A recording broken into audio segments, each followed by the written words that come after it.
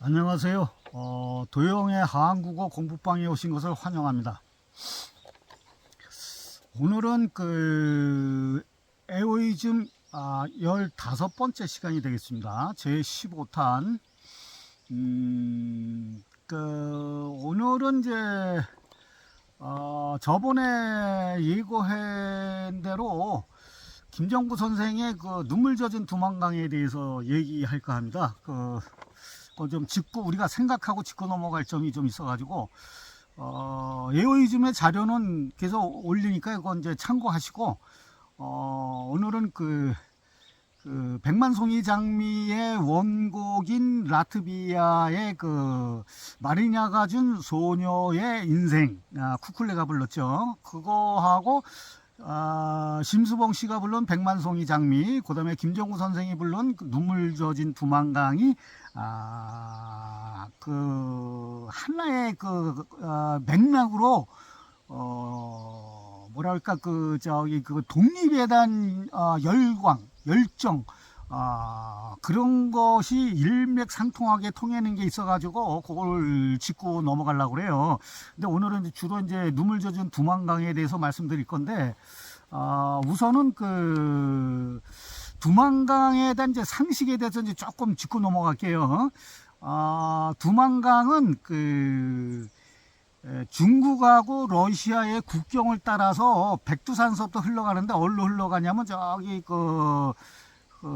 동남쪽, 그러니까 동해 쪽이죠. 동해 쪽. 서해 쪽은 압록강이고 동해 쪽으로 흘러가는데 이게 521km 된대요. 이 길이는 우리나라에서 세 번째로 큰 강이라고 하더라고요. 두만강이. 그리고 이제 두만강을 부르는 그 명칭이 이제 여러 가지가 있어요. 뭐 고려강, 도문강, 토문강, 뭐 통문강 이렇게 여러 가지가 부르는데 그 의미가 새가 많이 모여드는 골짜기라는 뜻을 갖고 있다고 그래요. 근데 이제 우리나라 사람들한테는 예로부터 고국을 떠나는 사람들의 피눈물이 흐르는 강이다 해서 도만강이라고 불렀다고 그래요. 이제 흔히 우리나라 사람들은 도만강이라고 불렀다고 그러더라고요. 그리고 이 두만강을 소재로 한 작품들이 많은데 그걸 대표적인 거를 잠깐 말씀드리면은 1925년도에 한국 최초 현대 장편 서사시인 김동완 선생의 국경의 밤이라는 작품이 있어요. 이걸 필두로 해서 문학 작품에 대해서는 두만강에 대해서 다룬 작품들이 무수히 많더라고요. 그걸 다 제가 할 수는 없고 이게 대표적인 작품이고, 그 다음에 우리나라 민요도 두만강을 소재로 한 민요가 무지무지 많아요. 뭐 42편이나 된다는데 대표적인 게 뭐 서도 민요 중에서 애완성이 되는 민요가 있더라고요. 저도 이제 들어봤는데 한번 이제 들어보실 분 들어보시고, 그 다음에 이제 1928년에 나홍규 선생이 두만강을 건너서라는 영화를 만드셨는데 이게 이제 조선 총독부의 검열에 걸렸어요. 그래가지고 두만강을 건너서는 이제 민족의식을 고취시킨다 해가지고 검열에 걸려가지고 나홍규 선생이 이거를 사랑을 찾아서라는 제목으로 바꿔가지고 제작을 했다고 그래요. 그런 이제 본격적으로 이 눈물 젖은 두만강이 어떻게 만들어졌나, 그런 이제 재밌는 에피소드가 있는데 그걸 지금부터 제가 말씀을 드릴게요. 이것은 이제 인터넷 뒤져보면 다 나오는 사실이에요. 아시는 분은 아시겠지만은 그걸 제가 정리해서 한번 말씀드릴게요.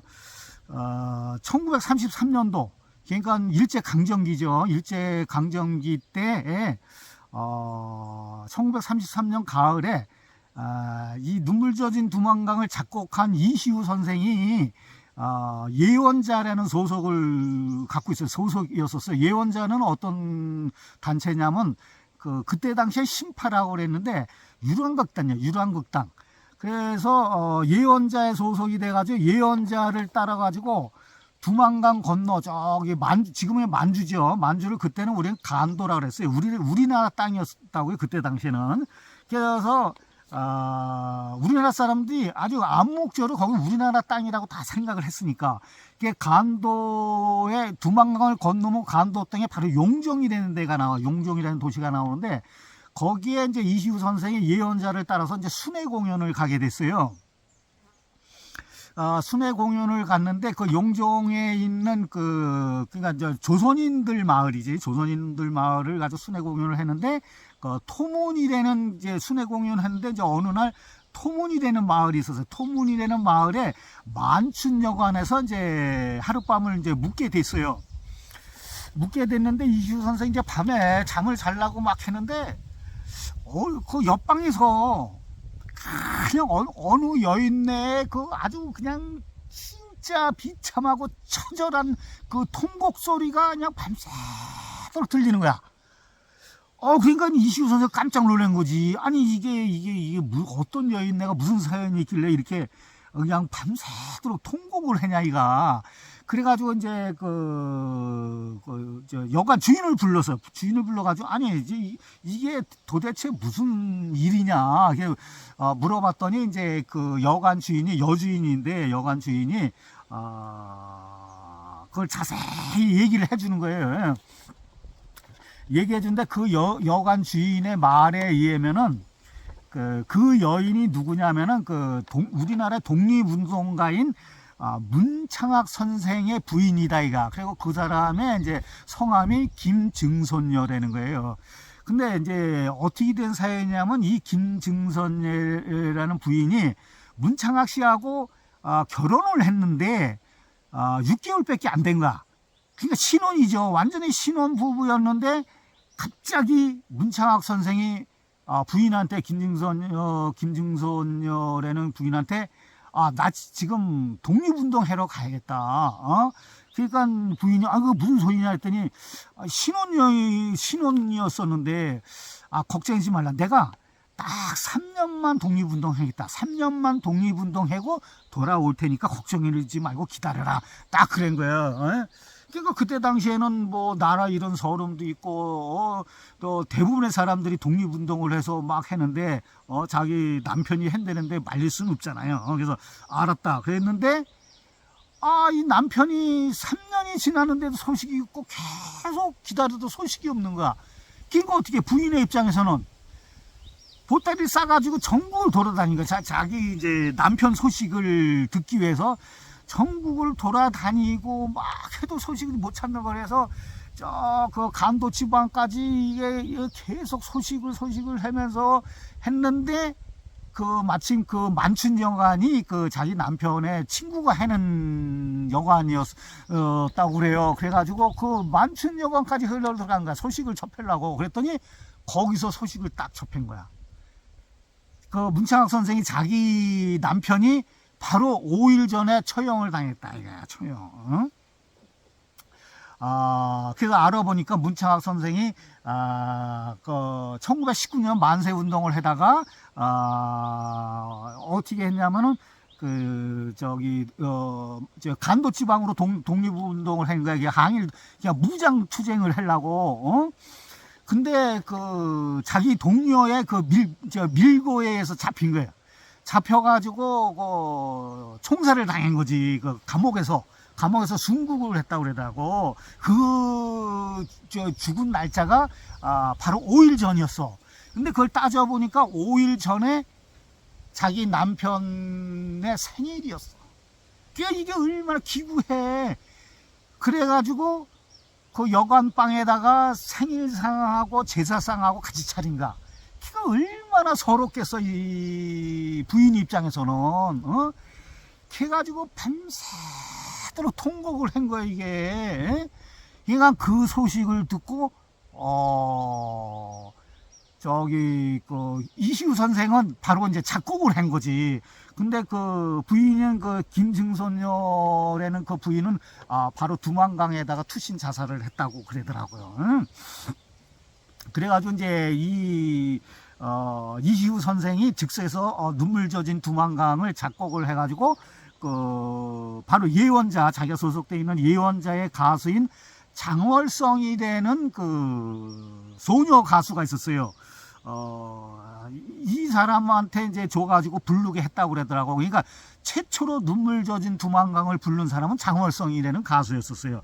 근데 이게 불렀는데 그때 당시에 그 조선인 마을에서 이게 돌아다니면서 순회 공연했는데 이게 반응이 좋았나 봐요. 이게 그래가지고 다시 이제 국내로 돌아와가지고 1930 그러니까 33년에 만든 건데 1938년에 1938년에 그 김종구 선생이 자기가 속한 그 회사가 아닌 다른 회사였었는데 자기가 이제 이시우 선생이 이제 찾아가가지고 이제 부탁을 했다고 그러더라고. 이 노래를 좀 제발 좀 불러달라고. 그래서 부르게 되는데 가사를 누가 썼냐면은 그때 당시에는 3절, 지금은 우리가 알고 있는 건 2절인데 그때 당시에는 이제 3절이었었다고 그러더라고. 그래서 저도 다 들어봤는데, 그래서 1절은 한명천이라는 분이 작사를 했고, 그 다음에 2절하고 3절은 김용호라는 분이 이제 작사를 하셨다고 그러더라고.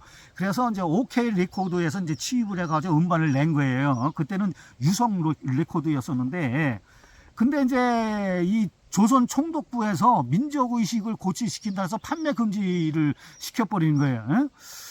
그러다가 이제 광복이 됐는데, 이제 광복이 됐으니까 다시 이제 틀었을 거 아니에요, 그거를. 근데 또 광복이 되고 나서 이 1절을 작사하는 한명천이라는 분이 월북을 하셨어. 월북을 하셔가지고, 월북 작가가 된 거야. 그러니까 월북 작가의 작품은 이건 안 된다 해서 또 금지곡이 됐어.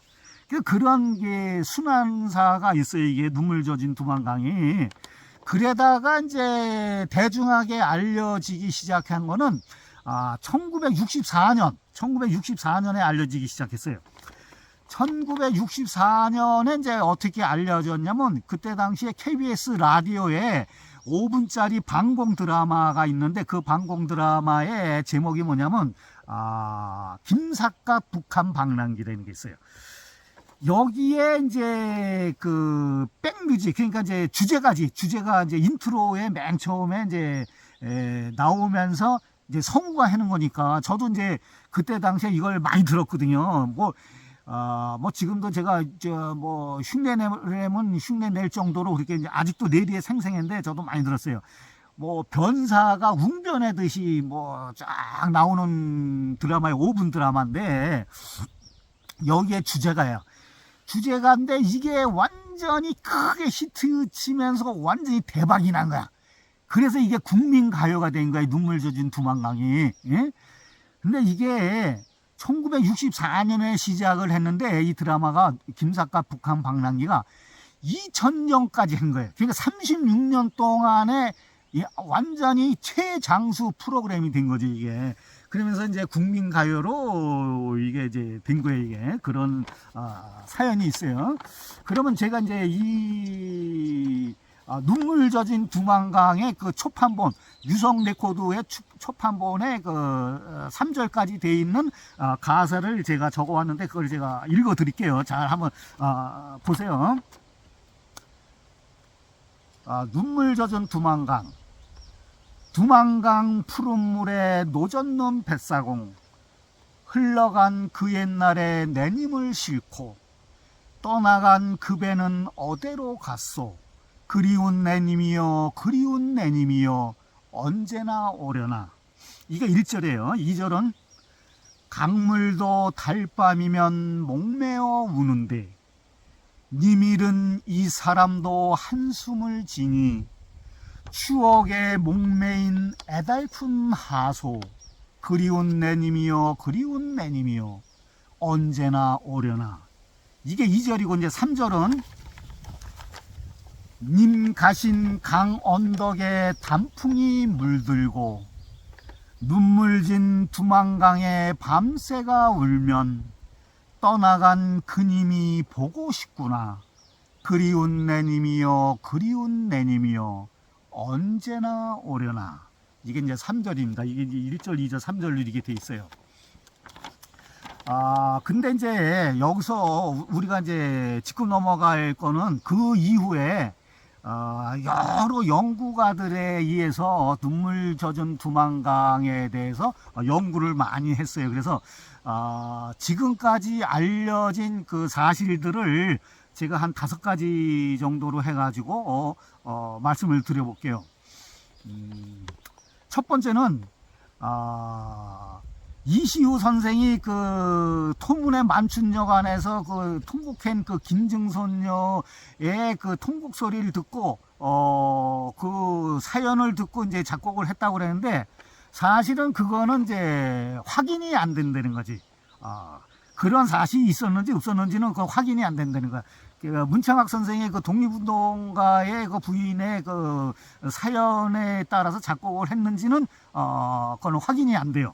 연구가들에 의해서는 그냥 그래서 이제 연구가들이 어떻게 생각을 했냐면 의도적으로 독립심을 고취하기 위해서 그런 사연을 붙인 거 아니냐, 이렇게 얘기를 해요. 근데 다만 이시우 선생이 어떤 사연을 듣고서 작곡한 것만은 사실이다, 이제 이렇게 밝혀졌어요. 그리고 이제 두 번째로는 그 남로당 당수인은 박헌영 씨가 그 항일 투쟁한 거하고 연계해서 작곡한 게 아니냐, 또 이런 설이 있어요. 이거는 이제 소수 사람들의 의견이라고 그래요. 소수 사람들이 그런 의견을 제시했다고 그러더라고요. 그 다음에 이제 세 번째는 이제 작사가에 대해서 아주 애매한 구석이 있다 이거야. 여기 이제 제가 이제 1절은 한명천 씨가 했고 2, 3절은 김영호 씨가 했는데, 그 초판본, 유성기 초판본에는 한명천 씨라는 게 없고 전부 다 김영호 선생이 작사가로 기재만 돼 있대요. 그 한명천 선생은 언제 등장했냐면 2000년도에 그 북한의 잡지에 이제 언급하기 시작을 했다고 그러더라고요. 그래서 이제 지금 작사가라는 게 이제 좀 애매한 구석이 있어요. 이게 확실하지는 않다고 그러더라고요. 그 다음에 이제 네 번째 팩트는 뭐냐면은 그 조선총독부에서 이거를 이제 판매 금지를 시켰는데, 사실은 그 조선총독부의 공식 문서에서는 확인할 수가 없다고 그러더라고요. 그런 판매 금지했다는 그 공식 문서가 없대요. 그러니까 이것도 확실한 게 아니야. 그리고 다섯 번째는 이제 초판에는 3절까지가 있는데 지금은 이제 2절로 돼 있죠. 그거는 이제 사실이고. 그래서 이제 연구가들에 의하면 요 한 5가지가 이제 이렇게 이제 지금 현재까지는 이제 연구가 돼 있다고는 그러더라고요. 근데 요까지가 이제 눈물 젖은 두만강에 대한 얘기고, 그리고 지금부터는 제가 이제 하고 싶은 말씀을, 우리가 생각할 점, 짚고 넘어갈 점을 말씀을 드릴게요. 이 눈물 젖은 두만강의 그 유성기 초판본을 들어보면은, 지금 그 김정구 선생의 그 노래를 보면은 아주 그 절규하듯이 부르잖아요. 그리운 내님이여, 그리운 내님이여 하면서. 그리고 다른 사람들이 커버곡이라든지 리메이크 곡들도 우리나라 가수들이 다 그렇게 부른다고. 근데 그 유성기 초판본을 보면은 그렇게 안 불러요. 김정구 선생이 그렇게 안 불렀고, 아주 템포는 빨라요. 지금 우리가 듣는 노래보다도 템포는 더 빠른데 아주 그 이야기 하듯이 담담하게 처음부터 끝까지 담담하게 불러요. 여러분 한번 들어보세요. 그 유튜브에 보면 다 그 나와요. 근데 이게 그러니까 그 우리나라 독립에 대한 열망을 그렇게 이제 이야기하듯이 담담하게 이제 불렀는데, 저보다 제가 말씀드렸죠. 백만송이 장미의 원곡인 라트비아의 그 마리냐가 준 소녀의 인생도 그래. 쿠쿨레가 부른 것도 그 라트비아의 독립에 대한 열망인데, 그것도 아주 이야기하듯이 담담하게 불렀어요. 어쩌면 그렇게 똑같은지 몰라. 근데 또 하나, 그 심수봉 씨가 부른 그 백만송이 장미도 아주 이야기하듯이 담담하게 불러. 이게 세 가지가 아주 그냥 공통점이 있어. 그리고 이 심수봉 씨가 부른 백만송이 장미는 제가 중의적인 의미가 있다고 그랬잖아요. 세 가지 의미. 우선은 그 심수봉이라는 개인사에 대해서 얘기하는 것이 첫 번째고, 두 번째는 어떤 근본 자리, 예호가 얘기한 근본 자리를 얘기하는 거고, 세 번째가 독립에 대한 열망이라고 제가 저번에 말씀드렸죠. 근데 왜 제가 그렇게 말씀을 드렸냐면, 가사를 보면 그게 다 나타나요. 이게 이제 수용미학이라는 건데, 이제 수용미학은 제가 조금 이따 말씀드릴 거예요. 백만송이 장미 심수봉 씨가 한 거는 거기 가사를 보면, 처음부터 끝까지 다 그 독립에 대한 열망이야. 그건 이제 제 개인적인 해석이에요. 보면은, 먼 옛날 어느 별에서 내가 세상에 나올 때, 여기서 어느 별이 뭐예요? 어느 별이라는 게 내 조국 아니야. 그 일제강점기 시절에 태어난 그 조국을 얘기하는 거라고 저는 생각해. 그리고 아름다운 내 별나라로 갈 수 있다네. 내 별나라, 이건 내 별나라는 뭐야? 내가 독립된 나라, 그 별나라로 가겠다는 그 소망을 얘기하는 거고, 저 별에서 나를 찾아온 그토록 기다리던 이인데, 이것도 저 별이라는 거 뭐야? 내가 독립된 나라를 다 그렇게 외치는 거라고 저는 생각을 하거든요. 저는 그렇게 들렸어요. 제 감정이. 그다음에 하나가 되어 우리는 영원한 저 별나라로 돌아가리라. 처별나라가 뭐야? 독립된 나라로 간대. 독립된 우리 조국으로 간다는 얘기. 그런 희망과 열망과 열정을 얘기하는 거거든. 그 외에 그 별이라는 거 외에도 다른 가사를 보면 다 독립에 대한 얘기야. 그 무장 우리가 투쟁을 해가지고 독립을 쟁취하자는 그런 얘기만 다 써 있어요. 저는 그렇게 들렸어요. 뭐 작은 음성이라든지 작은 음성 하나가 들렸지. 뭐 백만송이 피고 오라는, 이게 다 뭐냐면 어떤 임무거든. 독립을 해라는 임무. 그런 거고, 사랑을 할 때만 피는 꽃, 뭐 자기의 생명까지 모두 다 줬다는 거, 사랑은 계속 된다는 거, 이게 뭐냐면 그 독립투쟁 해자는 얘기예요. 그래야만이 독립된 내 별나라, 내 조국으로 갈 수 있다는 얘기거든, 이게. 그 당시에는 독립투쟁이 이제 두 가지였거든요. 이거 뭐 저기 다음에 이런 말씀드릴 기회가 있는데, 잠깐 말씀드리면, 우리나라 국내에서는 그 계명운동했다. 계명운동. 그래서 학교를 세우고 저기 사람들을, 국민들을 깨우치기 위해서, 그래서 독립에 대해서 고치하기 위해서 계명운동을 한 거고, 해외로 나간 사람들은 전부 다 무장투쟁을 했다고. 두 갈래인데 무장투쟁을 했는데, 이제 여기 심수봉 씨가 얘기한 건 다 두 가지가 다 포함되는 거예요. 독립에 대한 그 열망, 열의, 기원, 뭐 희망, 이런 거를 다 얘기한 거예요. 저는 그렇게 들렸어요. 그래서 여기서 이제 제가 말씀드린 건 이제 수용미학인데, 수용미학이라는 건 뭐냐면, 그 작가가 어떤 작품을 했을 때 그 작가가 어떤 의도를 가지고 저기 작품을 만들었을 거 아니야, 예술 작품을. 근데 그거를 갖다가 감상하고 시청하는 사람은 독자거든. 시청자고 독자거든. 그러니까 작가보다도 독자의 그 생각, 이해, 평가, 이런 것이 더 중요해야 되는 거예요.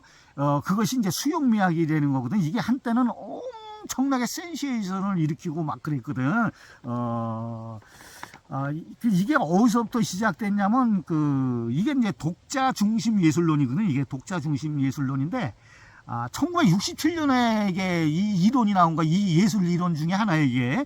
예술 이론 중에 하나인데, 1967년에 독일에 콘스턴트 대학에 있어요. 콘스턴트 대학이라는 데가 있는데, 거기에 아우스 교수라는 분인데, 이 아우스 교수가 이제 강의한 그 제목이 뭐냐면, 도전으로서의 문학사예요. 거기서 처음으로 이제 수용미학을 언급을 하면서 전 세계의 예술계에 아주 그냥 커다란 충격을 던졌어요. 충격을 던지면서 이게 완전히 센세이션을 일으켰죠, 이게. 그래서 한때는 수용미학이라는 게 대단한 열광을 일으켰는데, 지금은 이제 안 그렇죠. 그러니까 이제 예술 작품을 수용자 입장, 독자의 입장에서 이제 진단을 하는 것이 수용미학이에요. 근데 여기서 또 한 가지 짚고 넘어갈 거는, 저번에 제가 잠깐 언급을 했는데, 이거 수용자하고 운용자의 문제가 있어요. 이거 아주 중요한 문제예요. 이건 무지 중요한 문제이기 때문에 오늘은 제가 다루지는 않고 다음에는 제가 많이 다룰 거예요. 이거는 그러니까 지금 우리 옛날서부터 옛날 고려에서부터 지금까지 그래. 지금까지 모든 분야 뭐 정치가 됐건 경제가 됐건 예술이 됐건 뭐 모든 분야는 운영자 위주로 돼 있어. 지금 관공서도 그래. 관공서도 그렇고 정치도 그렇고 모든 게 다 운영하는 사람들 위주로 돼 있거든. 수용하는 사람 위주가 돼야 돼. 왜냐면 우리가 국민을 모든 정치인들이 말끝마다 국민을 위한대. 국민을 위한다고 얘기하면서도 자기네들 방식대로 모든 걸 운영을 하거든. 지금 정부도 마찬가지야. 모든 정치뿐만 아니라 모든 분야가 다 그래. 이건 무지무지 심각한 거야. 이거는 응? 민주주의는 지금 거꾸로 가고 있다는 게 그거거든. 이거는 아주 너무나 심각하고 중요하고 중차대한 문제이기 때문에 앞으로 지금 계속 이건 제가 다룰 거예요. 근데 오늘은 시간이 없어서 이제 안 다루는데 모든 건 이게 수용자 입장에서 세상은 살아가야 되는데 지금 운영자 위주로 돼 있어요. 지금은 모든 게 유튜브도 그렇고 모든 뭐라 그래가 그 네이버나 카카오나 뭐 그래 카카오톡 모든 게 다 이제 운영자 위주로 돼 있어요. 이게 이건 문제가 무지 심각한 거예요. 그건 이제 다음에 제가 말씀드릴게요. 그래서 이게 수용미학의 이론에 의하면 저도 그런 거지.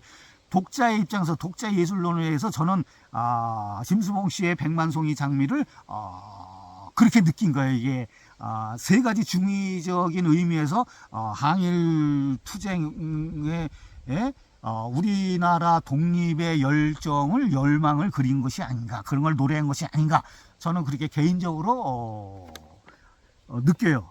느끼는 게 아니라 이 노래만 들을 때마다 저는 그렇게 느껴요.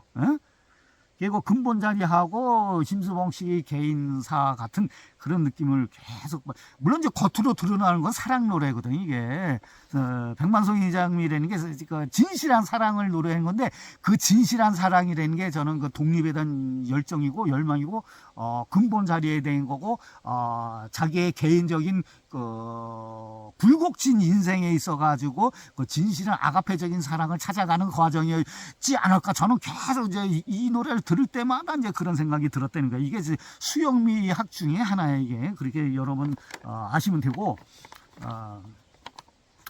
하여튼 오늘은